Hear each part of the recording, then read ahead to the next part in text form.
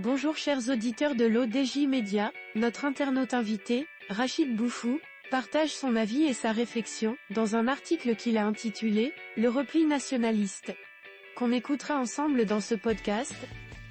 Notre architecte débute son article de la manière suivante. Après le tonnerre des élections européennes et leurs résultats en France, avec l'arrivée du Rassemblement national de Marine Le Pen largement en tête, avec 30%, voilà que le président Macron a pris la décision de dissoudre l'Assemblée nationale française et la convocation d'élections législatives pour le 7 juillet 2024. Même si personne ne s'attendait au raz-de-marée nationaliste, l'arrivée de l'extrême droite au pouvoir était prévisible. La lente dégradation des conditions sociales en France depuis 40 ans, les multiples crises économiques et les discours extrémistes et haineux répétés à foison, depuis si longtemps aussi bien par la classe politique que par les médias, ont produit ce résultat. Notre internaute invité approfondit sa réflexion de la manière suivante. Tous les politiciens français sont responsables de cette situation désastreuse, car faute de trouver des solutions efficaces aux problèmes économiques, pris en tenaille par une intégration européenne compliquée, ne permettant pas de grandes décisions courageuses, les partis politiques se sont lancés dans une surenchère nationaliste, stigmatisant les immigrés et leur faisant porter, à tort, l'état auquel est arrivée la France depuis 40 ans. Les virages droitiers pris par les gouvernements successifs depuis plus de 20 ans ont forcément conduit à ce résultat. À force de jouer avec le feu, on finit toujours par se brûler, et c'est le cas aujourd'hui.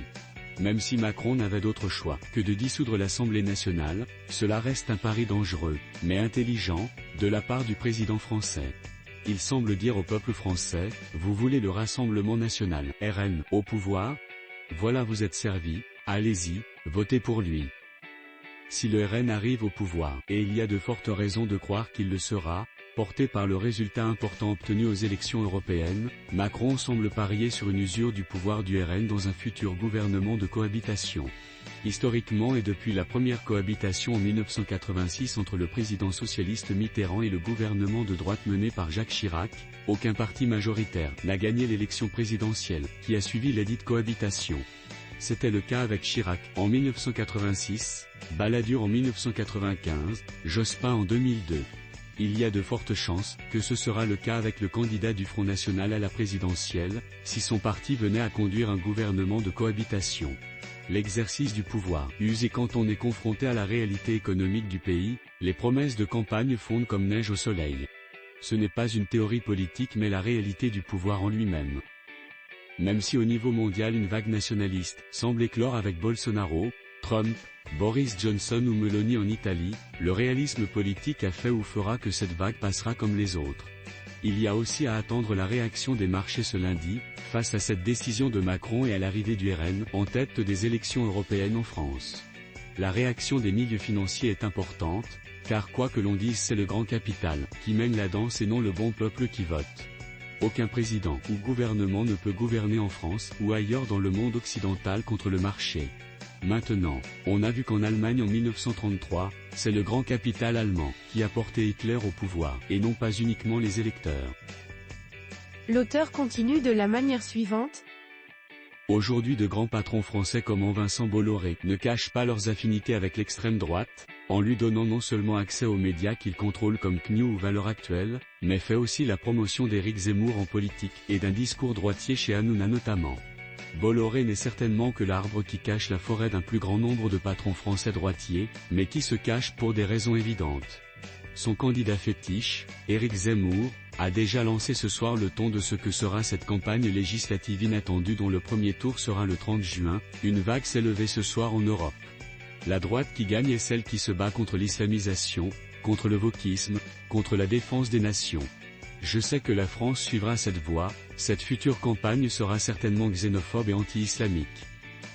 Comme à chaque élection, un flot de mots vindicatifs contre les immigrés, qui prennent la place des Français, des banlieues où sévirait le trafic de drogue en masse, contre le port du voile dans les lieux publics ou à l'université, contre l'antisémitisme qui sévirait partout et autres épouvantails du même acabit, qui font hérisser les poils des pauvres électeurs français, dont la grande majorité n'a jamais eu affaire à un immigré.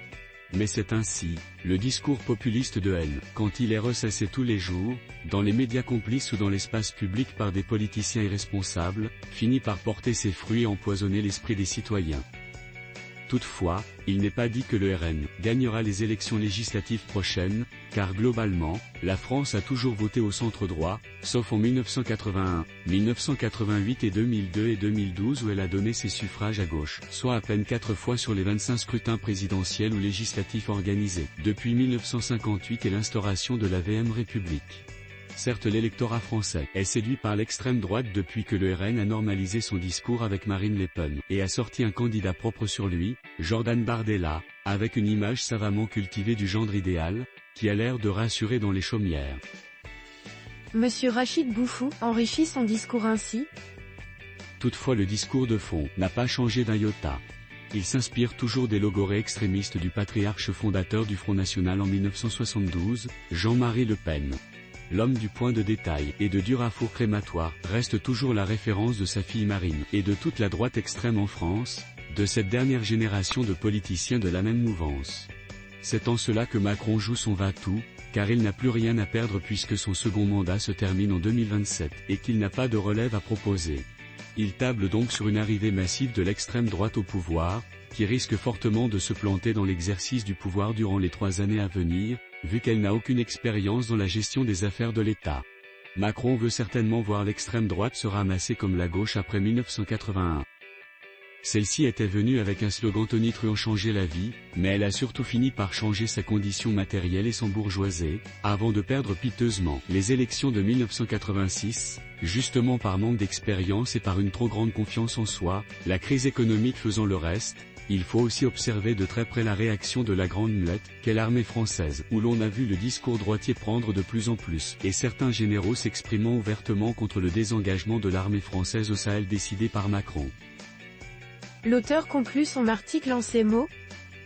De toutes les façons, l'arrivée de l'extrême droite au pouvoir ne changera rien à la situation économique et sociale difficile en France, avec un endettement abyssal et des contraintes européennes à respecter.